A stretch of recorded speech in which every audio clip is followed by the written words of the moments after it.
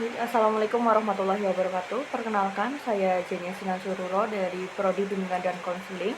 Saya di sini izin menjelaskan terkait analisis kasus pada fokus advokasi dan mediasi di bimbingan konseling. Jadi kasus ini memiliki judul isu yaitu terkait dengan kajian pedagogi kritis atas kasus pengeroyokan guru oleh siswa di SMK Negeri 3 Tanjung Jabung Timur di Jambi. Jadi kasus ini bermula pada Selasa 13 Januari 2026, di mana itu terdapat seorang guru bernama Agus Saputra yang dikeroyok oleh siswa di lingkungan sekolah saat jam pembelajaran berlangsung. Jadi ketika itu guru habis masuk kelas dan meminta siswa untuk mengaku, karena guru itu mendengar bahwa siswa menegur guru tersebut, namun siswa itu justru menantang guru karena merasa terprovokasi. Guru itu menampar muka siswa sebagai bentuk teguran dalam dunia pendidikan, yang dikarenakan guru itu merasa siswa itu tidak menghormatinya dengan mengeluarkan kata-kata yang tidak pantas begitu.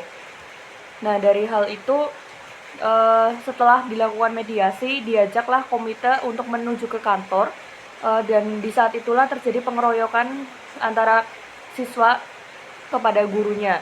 Siswa memukul guru hingga mengalami memar di badan, dan guru itu kemudian dilempari batu.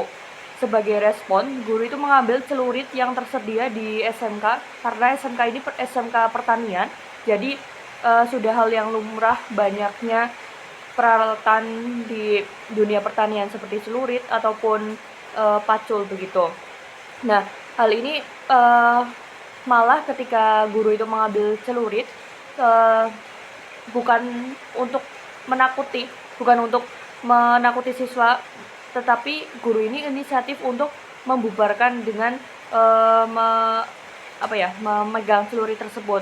Namun hal ini disalahartikan kepada siswa, yang disalahartikan dengan ajakan menantang untuk pengeroyokan lebih lanjut begitu. Akhirnya keributan langsung terjadi sampai jam pembelajaran selesai, dan juga guru itu akhirnya melaporkan kejadian ini ke Dinas Pendidikan Provinsi di Jambi untuk ditinjak lanjuti. Nah, dari hal tersebut dilakukanlah analisis kritis, di mana berupa tanggapan, persepsi, dan juga analisis terhadap konsep pendidikan moral dalam praktik kekerasan. Hal ini sejalan dengan pendapat menurut Paulo Freire tahun 1970, di mana dalam Pedagogy of the Oppressed of Critic, konsep banking education, di mana guru itu dianggap sebagai satu-satunya pemilik pengetahuan yang mentransfer nilai kepada siswa secara otoriter. Namun di sini reproduksi dalam kekerasan simbolik dan fisik yang justru mengajarkan bahwa kekuasaan dapat diselesaikan dengan kekerasan. Namun ironisnya lagi, siswa kemudian meniru pola ini dengan melakukan pengeroyokan kolektif, di mana mereka belajar bahwa konflik diselesaikan dengan kekerasan, persis seperti yang dicontohkan dari gurunya dengan melakukan penamparan tadi. Nah, dari hal ini menurut saya sendiri tindakan guru tersebut merupakan seperti tindakan menunjukkan krisis terhadap kesadaran pedagogik, di mana kekerasan masih dianggap sebagai instrumen pembentukan karakter yang sah. Pendidikan moral seharusnya itu dilakukan melalui dialog, reflektif kritis, dan juga keteladanan, bahkan melalui persepsi represi fisik yang justru mengajarkan kekerasan sebagai solusi. Yang kedua yaitu analisis terhadap gagalnya mediasi sekolah, ketidakhadiran konselor, dan pendekatan restoratif. Dalam hal ini ditemuan bahwa ketidakhadiran peran guru bimbingan dan konseling dalam proses mediasi. Berita juga menyebutkan bahwa mediasi dilakukan oleh guru-guru lain dan juga komite sekolah tanpa menyebut keterlibatan seorang konselor dalam kasus ini. Jadi mediasi yang dilakukan justru menjadi ajang tawar-menawar yang meminta petisi dan juga siswa untuk meminta maaf. Nah, lebih lanjut lagi, menurut John Braithwaite tahun 1989, itu menjelaskan terhadap teori reintegratif shaming, membedakan antara stigmatisasi atau penghukuman yang mengucilkan dan juga reintegrasi pengembalian pelaku ke komunitas yang mengucilkan. Hal ini cenderung menjadi ajang konfrontasi, bukan ruang rekonsiliasi.